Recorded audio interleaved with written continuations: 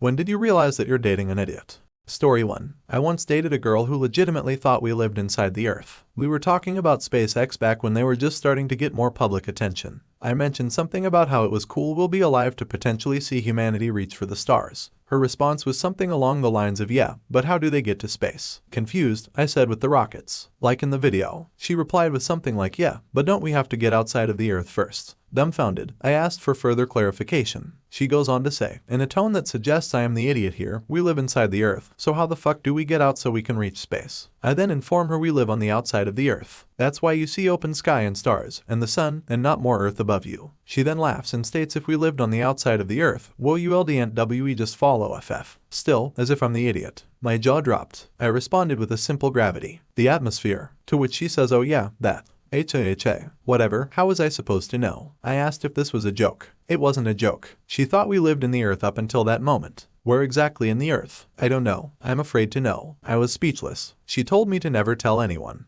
But we broke up years ago. I think it was for the best. Ask your partners whether they think we live on the inside or outside of the Earth and reply to this to let me know. I'm curious. I've been bearing this weight alone for close to 10 years. I'd love to know if there are other inner Earth dwellers unknowingly roaming the surface. Story 2. My so and I just built a new house together. A very well built and efficient house. I pre-purchased 14 gallons of propane for the year, having no idea what to expect to use. From July to January, we only used about 300 gallons of the propane. We'd been used to keeping the house temp down during the winter to save money. After realizing how well the house was doing energy-wise, I told her if she wanted to turn the heat up to be more comfortable, that would be fine. I even playfully teased that she could put on sexy outfits now too since she wouldn't be cold. She obliged, on turning the temperature up at least. Well, due to some back issues I was having, I had been sleeping in the guest room because I moved so much trying to find comfy positions when sleeping. It bothered her, and I'd wake her up moving so much, so I had no problem moving to the other room. Well, the next month, I got a notification that our 500-gallon propane tank was low already and needed to be topped off again.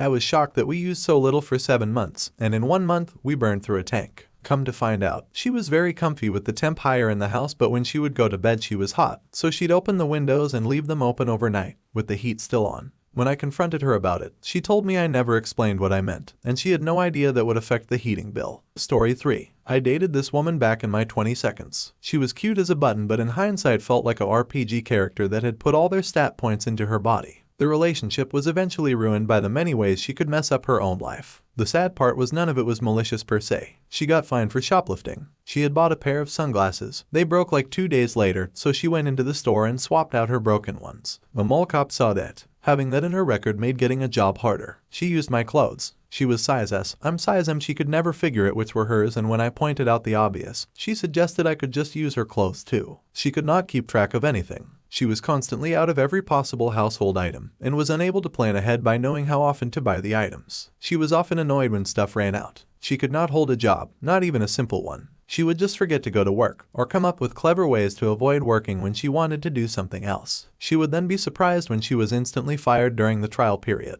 She sank herself in debt. She wanted nice things but couldn't afford them thanks to the previous point.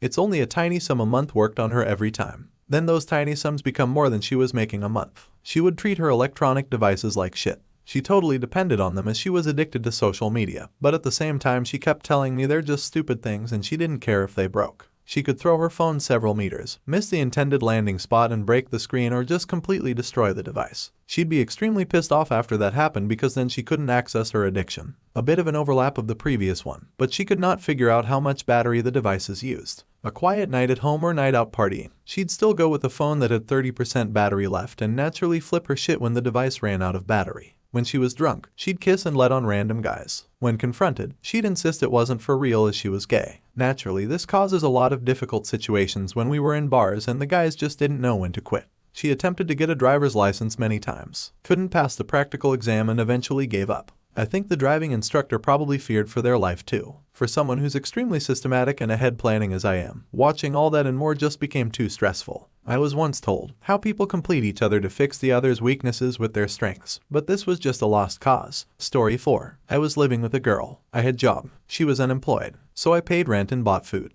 I paid for everything. She got unemployment, but I didn't ask for any of it because I wanted her to have money. Once a week we would buy a 20-pack of ice creams. She would usually eat 15 or so because she was unemployed and sitting around home all day. So towards the end of every week I got home after a hot day at work and find no ice creams left. She used to laugh about it. One day I pulled one out and hid it under the box. A few days later I got home and again there were no ice creams left in the box. She was in the lounge room, I was in the kitchen. Kathy ... did you eat all the ice creams again? I called out. You, she said and laughed. But I hid one, I said, pulled the hidden ice cream out and walked out to show her. She burst into tears. I stood there bewildered looking at her. She was serious. She was crying. She was heartbroken. At that moment it hit me I would never be able to build a life with this woman. How would I save money with her? How would I buy a house? How would I raise children? She had no idea of fairness, no sense of importance, no self-control, no sense of proportion. I was living with an idiot. I did not marry her. She wound up a single mother years later. Story 5. Oh my god, I met this girl at the bar. She was actually the bartender. I got her phone number and we started texting.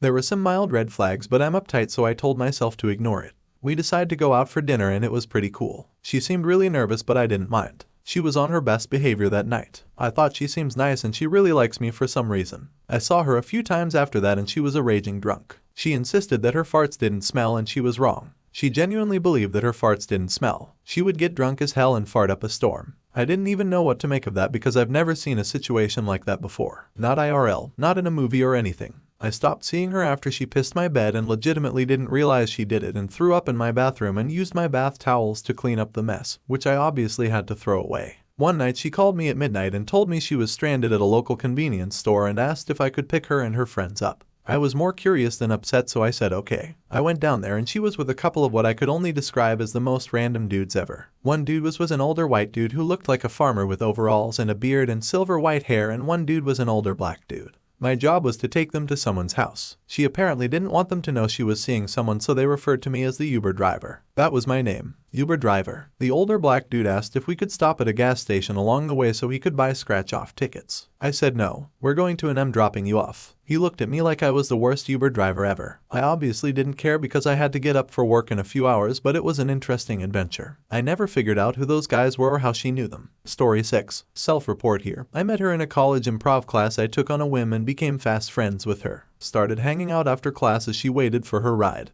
Chatting and occasionally flirting with her. I thought she was cute but she always had a bunch of rainbow bling on, so I asked her about it, and she told me she was queer. I was a little bummed but I perked up when I realized that I could still get a cool gay friend out of it.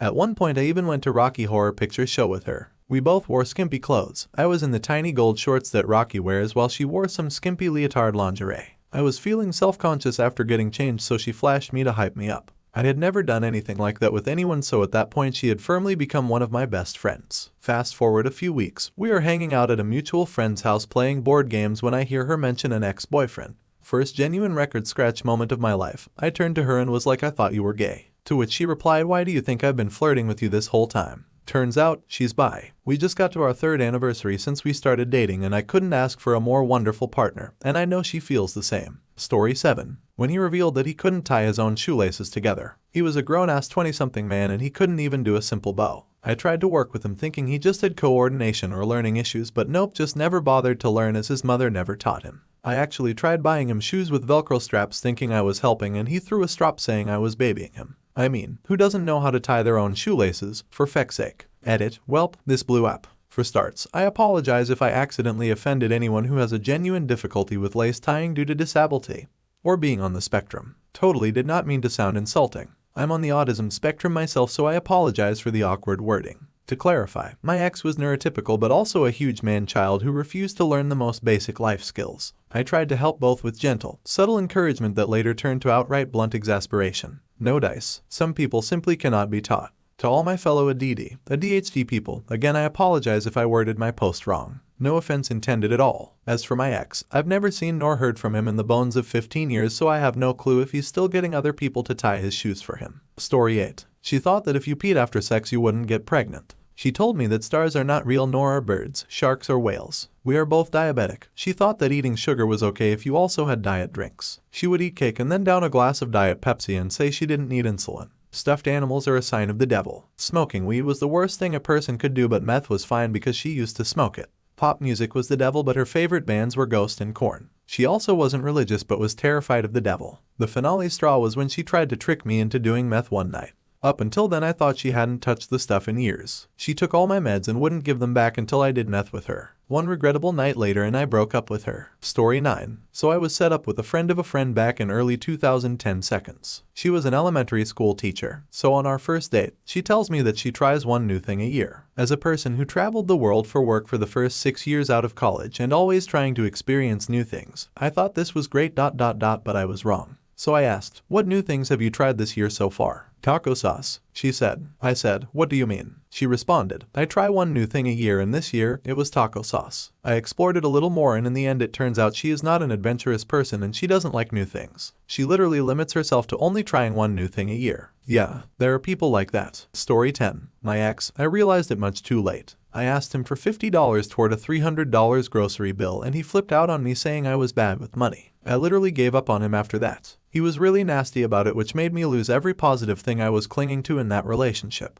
For backstory, we had bought a house together. I helped him pay off almost $10K in debt so we could qualify for the mortgage, with the promise he would pay me back over time. Initially, we split all of our living costs 50/50 even though he made twice as much as I did. After a while, he stopped being able to transfer money to me for the bills. At his request, I handled all of the finances and accounts and payments for everything and would send him an update of everything once a week with how much was needed for whatever bills were due. But after a while, he was sending partial amounts and it got backed up. I still paid everything on time though in full. I was also the one to get the groceries and would pick up things he asked for specifically for just him to have. So when I asked him for just $50 toward a $300 grocery bill that was mostly his junk food, and instead of realizing what a mooch he was, he snapped at me and insulted me. I realized he was an absolute idiot, but I was the biggest idiot of all for putting up with it. I have no clue what's going on in his life now. We broke up in February 2021. Last I knew he moved back to his parents' house. I refinanced the house with my parents as co-signers and started my own cleaning business a year later. He never paid me back for cleaning up his credit, and he even destroyed it again for the 1 year we lasted after buying the house together. He is an idiot, but I was brain dead to stay for as long as I did. Please drop down your stories in the comments. I would love to make videos on them too. And also don't forget to like and subscribe.